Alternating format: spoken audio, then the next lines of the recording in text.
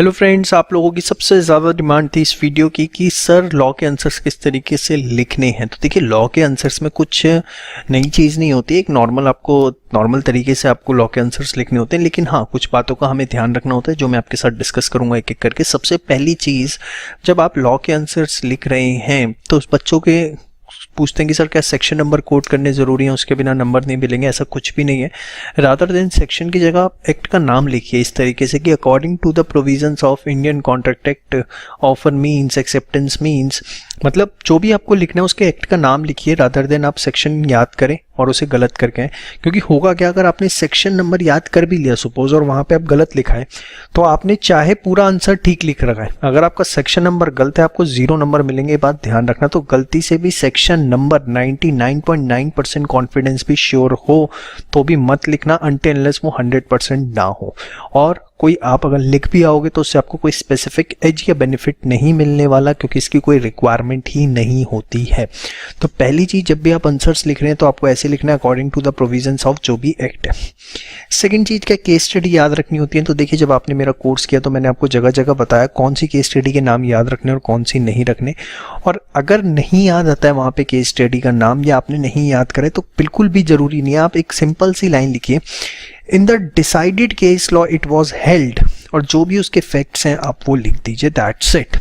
और कुछ आपने नाम वाम नहीं याद करा या आपने इंपॉर्टेंट केस स्टडीज का भी नाम याद नहीं करा, वहाँ पे ऑन द स्पॉट याद करके गए, भूल गए, आपको सिंपल सी एक लाइन लिखनी, in the decided case law it was held, और जो भी फैक्ट है सीधे वो लिख दीजिए, कोई आपका नंबर नहीं कटेगा। पॉइंट नंबर 3, आप लॉ के अंदर कोशिश करिए कि टेक्निकल वर्ड्स यूज हो rather than the general word. जैसे कुछ एग्जांपल मैंने समझाने के लिए लिए हैं यहाँ पर। जैसे आपको लिखना है अमाउंट, पैसों की कोई बात लिखनी है तो अमाउंट की जगह कोशिश करिए कंसिडरेशन लिखा जाए। देखिए, ये वो चीज़ें जो हमें पता होती हैं, कुछ नई चीज़ें याद नहीं करनी, लेकिन हम लिखते हुए इन बातों का ध्यान नहीं रखते। आपको लिखना है डिसाइडेड तो उसकी जगह बेटर है आप एग्रीड लिखिए। परमिशन लिखना है तो उसकी जगह बेटर है कंसेंट ऑब्टेन्ड लिखिए। ऑर्गेनाइजेशन लिखना है उसकी जगह बेटर है एंटिटी या फर्म लिखिए। टोल्ड लिखना है तो लिखिए ऑफर्ड या एक्सेप्टेड। चेंजेस लिखना है तो आप लिखिए ऑल्ट्रेशन, या विल लिखना है तो उसकी जगह शेल या मे। मैंडेटरी है तो शेल और ऑप्शनल है तो मे। तो कोशिश करिए कि जो लॉ के टेक्निकल वर्ड्स हैं वो यूज किए जाएं rather than the general words. और ये सिर्फ आपकी राइटिंग प्रैक्टिस से आ सकते हैं। आप सोचें कि आप यहाँ पर सीधे याद रखें और सीधे जाके एग्जाम के अंदर ही पेपर अटेम्प्ट करें, ऐसा नहीं है। इसके लिए मैं हमेशा एडवाइस करता हूँ कि जो भी टॉपिक आप पढ़ते जा रहे हैं टॉपिक टू टॉपिक लिख के जरूर देखिए, ठीक है।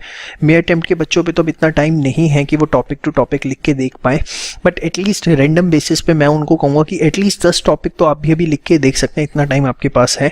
और नवंबर अटेम्प्ट के बच्चे जो शुरुआत कर रहे हैं जिन पे सफिशिएंट टाइम है, वो टॉपिक टू टॉपिक जो है वो प्रैक्टिस करें। इससे एक डेवलपमेंट होगा लॉ लिखने का। और उसमें सिर्फ आपको ये ध्यान रखना है कि टेक्निकल वर्ड्स का यूसेज करना है, जनरल वर्ड्स का कोई यूसेज आपको अवॉइड करना है, ठीक है। इसके बाद सबसे चौथी चीज़, लॉ के अंदर टू द पॉइंट आंसर बच्चे लिखने की कोशिश करते हैं कि एकदम पॉइंट पे हिट मारते हैं। सपोज एक छोटा सा एग्जांपल देता हूँ कि acceptance can not be before the offer. Acceptance offer से पहले नहीं हो सकती। ये पॉइंट आप बहुत कॉमनली पढ़ते हैं।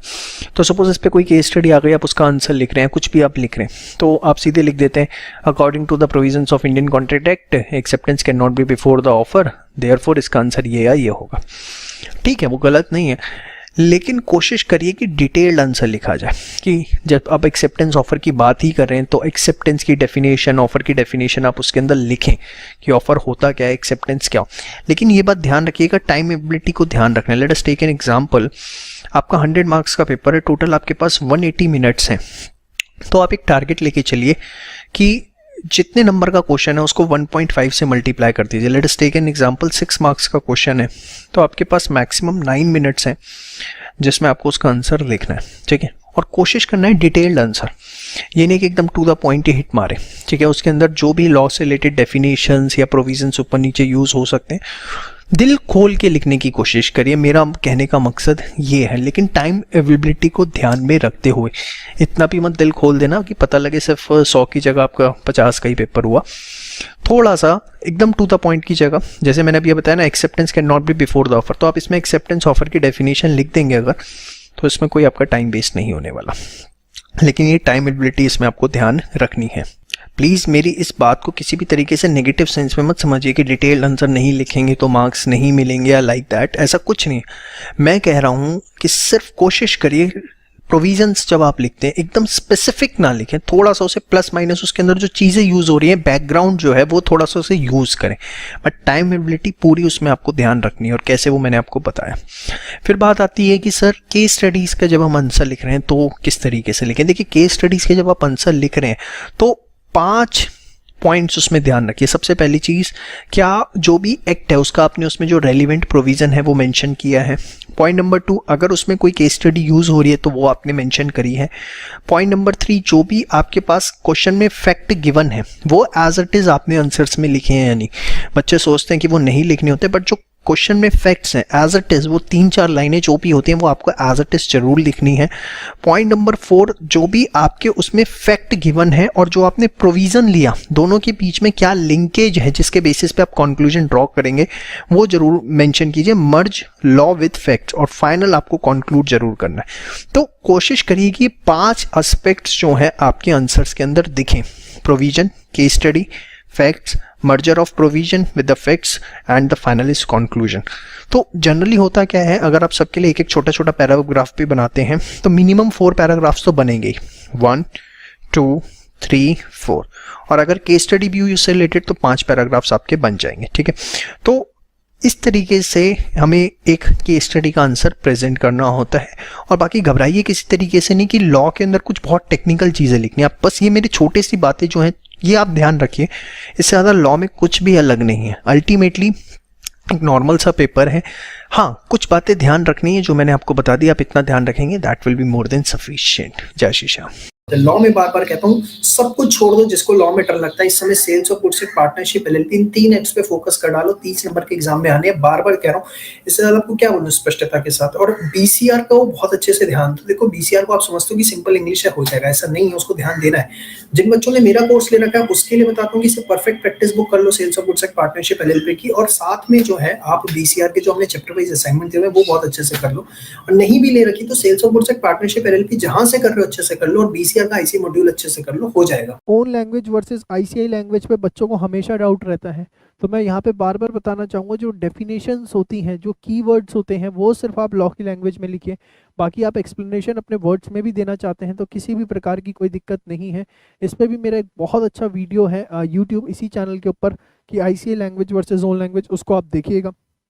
तीसरा, focus on ICI material versus perfect practice. देखिए मैं आपको बताना चाहूँगा कि जिन्होंने हमारा कोर्स नहीं ले रखा वो सिर्फ और सिर्फ आईसीआई मटेरियल पे फोकस करें। आईसीआई मटेरियल पे फोकस करने का मतलब है उनका जो मॉड्यूल आता है, आरटीपी के क्वेश्चन, पास्ट एग्जाम के क्वेश्चन, मॉक टेस्ट पेपर्स के क्वेश्चन, वो सब। लेकिन अगर आपने हमारा कोर्स ले रखा है तो उसके साथ आपको एक बुक मिली है, परफेक्ट प्रैक्टिस बुक। मैं आपको बेट दे रहा हूँ कि इससे ज़्यादा आपको कुछ करने की ज़रूरत नहीं है। अगर आप सिर्फ परफेक्ट प्रैक्टिस के क्वेश्चंस भी बहुत अच्छे से कर लेते हैं तो it is more than sufficient to score the good marks. Law में 40 मार्क्स दिलवा दीजिए प्लीज। बेटा मैं आपको बार बार बता रहा हूँ, परफेक्ट रिवीजन बुक निकाली ही इसलिए, उसके अंदर जो लॉ का जितना कंसाइज नोट्स का पार्ट है ना, बस उसको आप अच्छे से दिमाग में बैठा लो, आप देखोगे ऑटोमेटिकली 40 नंबर आ जाएंगे। और सेकंड चीज एक कर लो, जो हमारा एक कोर्स है लॉ आंसर राइटिंग, जिसमें मैंने 30 वीडियो रिकॉर्ड किए हैं ये बताने के लिए लॉ में आंसर लिखने कैसे होते हैं विद एग्जांपल्स, उसको एक बार देख लो। मैं कह रहा हूँ 40 की बात आप कहोगे सर आएंगे ही आएंगे, आप लिखोगे नहीं दिलवा दो, आप कहोगे सर अब तो आप नहीं भी दिलवाओगे तो भी आएंगे। तो आप ये 2 चीजें कर लीजिए, वो कंसाइज नोट्स प्लस जो लॉ आंसर राइटिंग का कोर्स है वो बहुत अच्छे से कर लीजिए हमारा, ये आपकी सारी प्रॉब्लम जो है सॉल्व हो जाएगी।